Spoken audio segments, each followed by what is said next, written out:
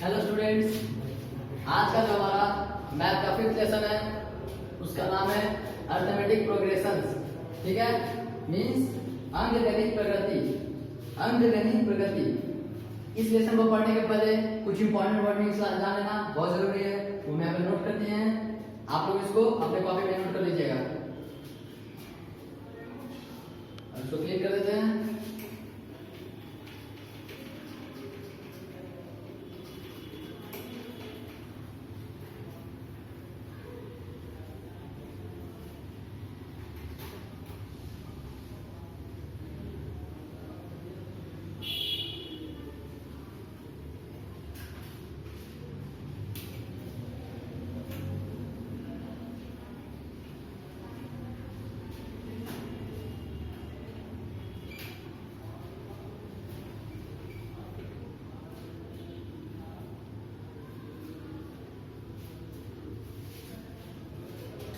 जो हमारा नोट्स का पहला टॉपिक है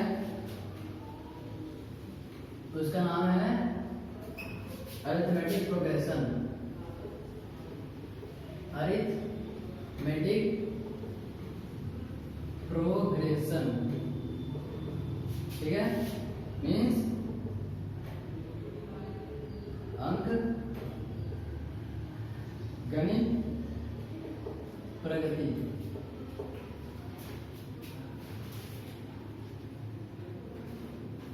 होता क्या है ये arithmetic progression? It is a list of numbers.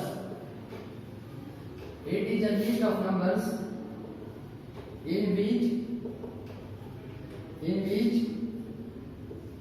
each term is obtained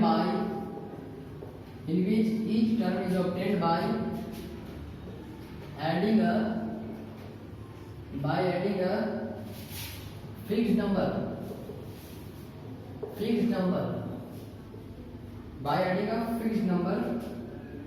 to the preceding term, except the first term.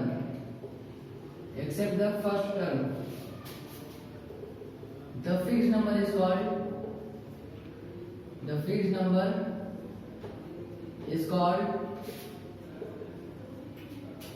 common difference.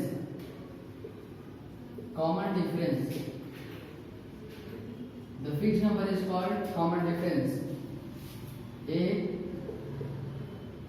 comma a plus d comma a plus 2d comma a plus 3d से लेकर infinity तक, where a is the first term, and d is common difference. This is called the general form of an AP. Arithmetic progression यानी कि अंकगणित प्रगति होता क्या है? तो अंकगणित प्रगति का मतलब होता है नंबर्स का ऐसा लिस्ट जो कि कंटिन्यूअसली सेम नंबर्स के गैप से बढ़ते चला जाए। जैसे कि 1, 3, 5, 7, 9, इन सब एक नंबर्स का गैप है ना। 5 से 7, 1 से 3, इनके बीच में एक नंबर का गैप है। इसी तरह से बढ़ते चला जाए। 1, 10, जैसे 0 लिखे, 10 लिखे, 20 लिखे, 30 लिखे, 40 लिखे, सबके बीच में 10-10 का अंतर। तो मतलब एक फिक्स नंबर का अंतर से नंबर जो है बढ़ता चला जाए, इसको कहा जाता है अर्थमेटिक प्रोग्रेशन। ठीक है, इसको आमतौर पर इस फॉर्म में लिखा जाता है a plus d a plus 2d a plus 3d। समझ में आया? जहाँ पे a जो है फर्स्ट टर्म है, पहला टर्म, वो आपको खुद सोचना होगा, और d जो है कॉमन डिफरेंस यानी कि प्रत्येक नंबर्स के बीच का डिफरेंस। मान लेते हैं अगर लिखा हुआ है 3, 6, 9, 12, तो यहाँ क्या है a, ये जो है a, ये है फर्स्ट टर्म, ठीक है, इन सब के बीच कितना का डिफरेंस है तीन तीन नंबर का 4 5 6, यानी कि जो डी है वो 3 है। तो अब अगर मान लेते पहला टर्म ये है ए, तो दूसरा टर्म निकाले कैसे, A plus D, 3 plus 3 equal to 6 हो गया ना, A plus D equal to 6, दूसरा टर्म 6 हो गया। तीसरा टर्म कैसे निकालेंगे, a plus 2d 3 plus 2 into d कितना है, अभी यहाँ पे पता चला डी 3 है 3, यानी कि 3 प्लस 6 इक्वल टू 9, निकल गया हमारा तीसरा टर्म भी। इसी तरह से सिमिलर नंबर्स का गैप की, सिमिलर नंबर का डिफरेंस की मदद से अगर नंबर बढ़ता चला जाए तो इस तरह के मतलब नंबर्स के कलेक्शन को या लिस्ट को कहा था अरिथमेटिक प्रोग्रेशन। बराबर बराबर का गैप होना चाहिए और आगे बढ़ते चला जाना चाहिए। नेक्स्ट है nth term of an AP, यानी कि अरिथमेटिक प्रोग्रेशन का एन पर, ठीक है। The nth term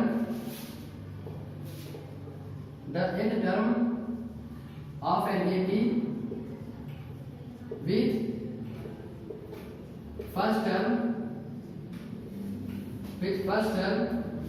a and common difference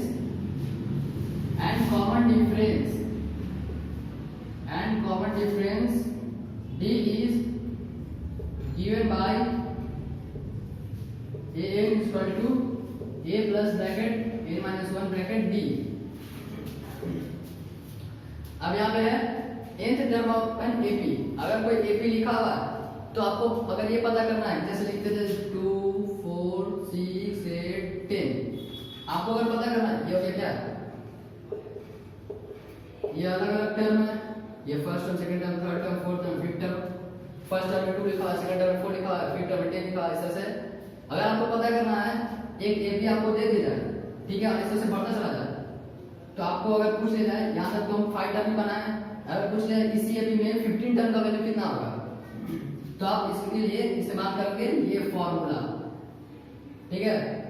मान लेते हैं ए एन क्या बोल रहा है 15 है ना, 15 टर्म निकालना है, ए 15 इक्वल टू इसमें ए कितना है 2 है, 2 प्लस ब्रैकेट एन, अब एन क्या है, एन टर्म ही है, वही हम लोग निकालना है। यहाँ पे एन पता है 15 है, यानी कि 15 माइनस 1 फिर डी, इन सब के बीच का डिफरेंस कितना है 4 में से 2 गया तो 2, यानी कि 2 का डिफरेंस है। अब इसको सॉल्व कर लेंगे, 2 प्लस 14 इंटू 2, 2 प्लस 28 यानी कि 30, यानी कि 15 टर्म पे जो नंबर आएगा, यानी कि 15वां बार जब इसको 2 4 6 8 10 करते चल जाएगी तो 15वां बार जो नंबर आएगा वो होगा 30।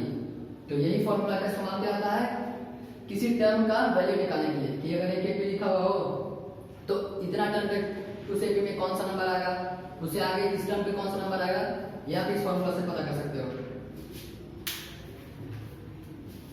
ठीक है। इसको आप लोग अपने कॉपी में मत नोट करना, यह सिर्फ समझाने के लिए किए थे, आप लोग कॉपी में सिर्फ इतना ही नोट कीजिएगा। अब बढ़ते हैं अपने अगले नोट्स की ओर।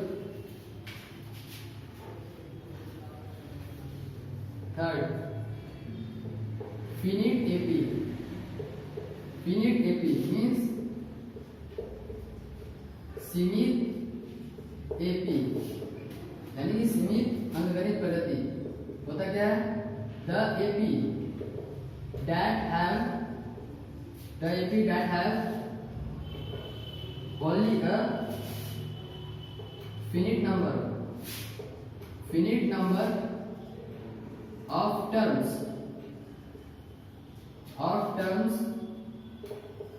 such an AP is called a finite AP, is called a finite AP। finite AP का मतलब होता है सीमित AP, ठीक है। सीमित AP का मतलब क्या, कोई AP मतलब अरिथमेटिक प्रोग्रेशन लिखा गया हो तो वो किसी नंबर पे जाकर खत्म हो जाए, है ना। जैसे कि हम लिखते हैं एक AP बनाते हैं 2 4 6 14 और 14, यहाँ पे क्या है, एक एपीएम बना है, अर्थमेटिक प्रोग्रेशन है, सबके बीच में 400 का गैप है, एक का वैल्यू 2 हो गया। तो एक एपी है जो मेरा 14 में जाके खत्म हो जाता है, इतना ही एपी अगर दिया हो तो इस तरह के एपी को कहा जाता है फिनिट एपी, ठीक है, जो कि खत्म हो जाए, जो कि खत्म हो जाए उसको कहा जाता है फिनिट एपी। आप लोग इतना नोट कर लिए होंगे। अब बढ़ते हैं आगे।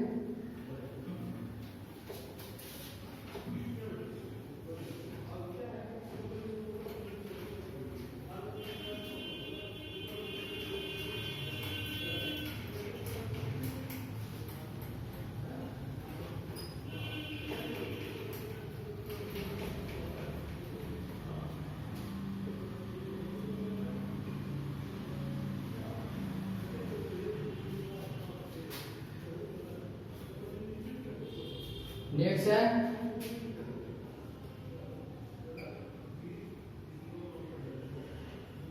Infinite AP. Infinite AP means असीमित एपी, असीमित एपी, असीमित अंकगणित प्रगति, ठीक है। The AP that have the AP that have not a finite number of terms, that have not a finite number of terms, such an AP is called an infinite AP, is called an infinite AP। अब पहले समझा था finite AP जो कि किसी अंक पे जाकर खत्म हो रहा था, एक निश्चित अंक पे जाकर खत्म हो जाता था। यहाँ पे इन्फिनिट एपी मींस असीमित एपी, यानी कि उसका जस्ट उल्टा कोई एपी बनाते हैं, लिख देते हैं 5, 10, 50, 20 चलता जाए इन्फिनिट तक, तो इसको कहा जाता है इन्फिनिट एपी, मतलब जिसका कोई कभी खत्म ही हो, वो एपी कभी खत्म ही नहीं हो, बढ़ते ही चला जाए, उसको कहा जाता है इन्फिनिट एपी, ठीक है। Next, sum of first n terms, sum of first n terms of an AP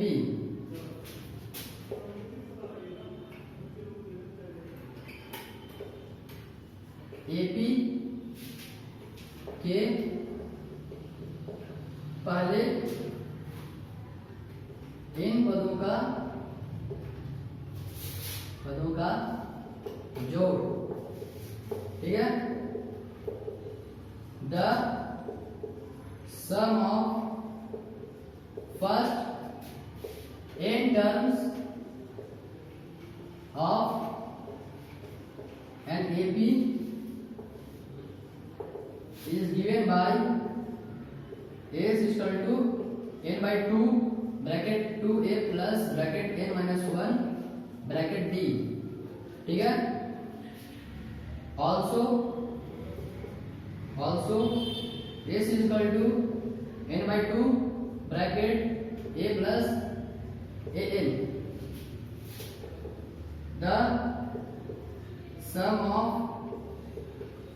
first in positive integers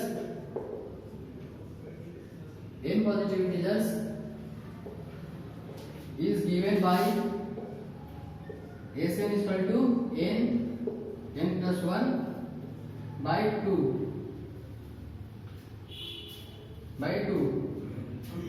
अब यहाँ पे क्या हम लोग का next topic sum of first n terms of an AP, यानी कि कोई एपी बनाते हैं, ठीक है। सबसे पहले 3 2 जा 6, 3 3 जा 9, 3 4 जा 12, 3 5 जा 15, इसे ऐसे होता है, ठीक है। यहाँ पर एक एपी बनाए, इन सभी के बीच का जो डिफरेंस है वो भी एकदम कॉमन है, 3 3 का डिफरेंस सबके बीच, a का वैल्यू 3 है, तो अगर कहा जाए कि पहला 3 टर्म्स का सम क्या होगा, अगर कोई एपी है पहला 3 टर्म्स का सम कितना होगा, ठीक है। अगर ऐसा क्वेश्चन है तो आप कैसे इसको लिखोगे, उसके लिए आपको इस फॉर्मूले का इस्तेमाल करना होगा, ठीक है। ये फॉर्मूला n के जगह पे अगर आपको बोले कितना टर्म्स, तो 3 टर्म्स का निकालना है, तो 3/2 2, फिर a की जगह पे ये बैठाएंगे, a की फर्स्ट टर्म यही है, प्लस 3 टर्म्स का निकालना है, 3 टर्म्स -1 कर देंगे, d कितना का डिफरेंस है 3n का, तो d के जगह 3 बैठाएंगे, तो आपका जो ये सम है, सम ऑफ फर्स्ट n टर्म्स वो हो जाएगा n/2 ब्रैकेट 2 प्लस इस फॉर्मूला में बैठाने पर आपका पूरा सॉल्व हो जाएगा, ठीक है। उसके बाद है एक और s = n/2 bracket a plus an। अगर आपको पहले ही पता चल जाए कि जो फाइनल सबसे लास्ट टर्म है वो 5 ही है, ठीक है, तो आप a जो पहला टर्म होगा और सबसे लास्ट टर्म होगा उसको आप यहाँ पे लिख दोगे, और n कितना टर्म्स का निकालना वो लिख दोगे, तो भी काम हो जाएगा, तभी आप सम डायरेक्ट निकाल सकते हो। लेकिन अगर कोई बढ़ता ही चला जाए और उसमें से बोले कि इतना में से निकाल के दिखाइए, तो आप ये फॉर्मूला का इस्तेमाल कर दीजिए। अब सिर्फ पहले कुछ पॉजिटिव इंटीजर्स, ठीक है, एक और तरीका है सम निकालने के लिए, तो अगर सिर्फ पॉजिटिव इंटीजर्स में अगर माइनस में आता ना, ये भी माइनस में बनाया जाता है, -3 -2 -1, ये भी तो केपी है, सबके बीच में उनका डिफरेंस है ना। लेकिन सिर्फ पॉजिटिव इंटीजर्स के लिए अगर आपको बोल दिया है कि n टर्म्स का सम निकालिए कुछ सिर्फ पॉजिटिव इंटीजर्स के लिए, तो हम ये जो केपी बनाया है इसमें सारा का सारा पॉजिटिव है ना, 3 भी पॉजिटिव, 6 9 सब पॉजिटिव है। तो अगर बोला जाए कि n पॉजिटिव इंटीजर्स यानी कि पहला 3 पॉजिटिव इंटीजर्स का सम निकालिए, तो n 3 होगा प्लस 3 + 1/2, इस तरह से बैठाने पर आपका आंसर आ जाएगा, ठीक है। तो इस तरह से आप अलग अलग फॉर्मूला बैठाकर अलग अलग जो भी वैल्यू है बैठाकर आप सम निकाल सकते हो एक एपी का, चाहे आपको कितना भी टर्म्स का बोले आप उससे निकाल सकते हो सम।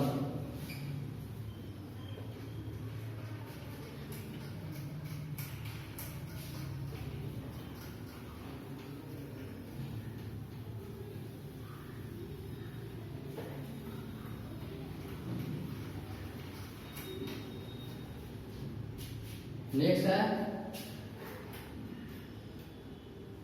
6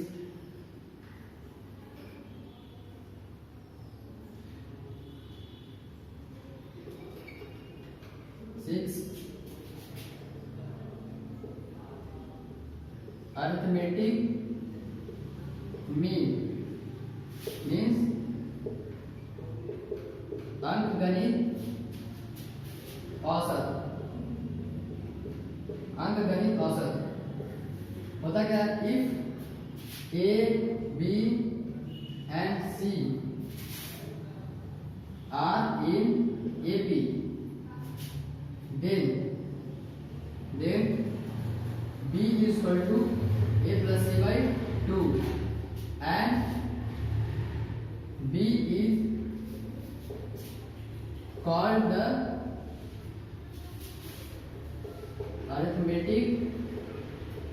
arithmetic mean of a and c। Arithmetic mean यानी कि अंकगणित का औसत, वो जो हम अरिथमेटिक एपी वैल्यू लिखते थे उसका मीन वैल्यू निकाल सकते हो। कैसे, अगर कोई 3 दिया है, अगर कोई 3 अरिथमेटिक प्रोग्रेशन है ए बी और सी, अगर एपी में है मानते हैं 2 4 6 ये एक एपी है, then b is equal to a plus c by 2, तो जो b का वैल्यू होगा वो इसके सम को डिवाइड देने पर जाएगा। अब देख लेते करके इसको, b is equal to 6 + 2 by 2, 6 + 2 4 है ना, b का वैल्यू यहाँ 4 है, ठीक है। तो जब आप b = a + c by 2 करोगे तो a + c by 2 का जो वैल्यू होगा वो b के वैल्यू के बराबर होगा, और b को ही कहा जाएगा arithmetic mean of a and c, यानी कि a और c का जो औसत है वो b का वैल्यू होगा। कब, जब सिर्फ 3 एपी रहे, जब 3 ही इंटीजर है एपी के फॉर्म में, ठीक है। तो इस तरह से स्टूडेंट्स हमारा जो आज का चैप्टर है अरिथमेटिक प्रोग्रेशन वो समाप्त होता है। आप लोग अपना चैप्टर को फिर से पढ़ लीजिएगा। उसका जो सॉल्यूशंस दिया होगा उसको आप लोग कोशिश कीजिएगा कि पहले सॉल्यूशंस को रफ कर ले, फिर हम लोग अपना मैथ बनाए। ना ही कुछ समझना है तो एक बार आप लोग मेरा वीडियो देख ले। बाकी आगे के लिए बेस्ट ऑफ द लक।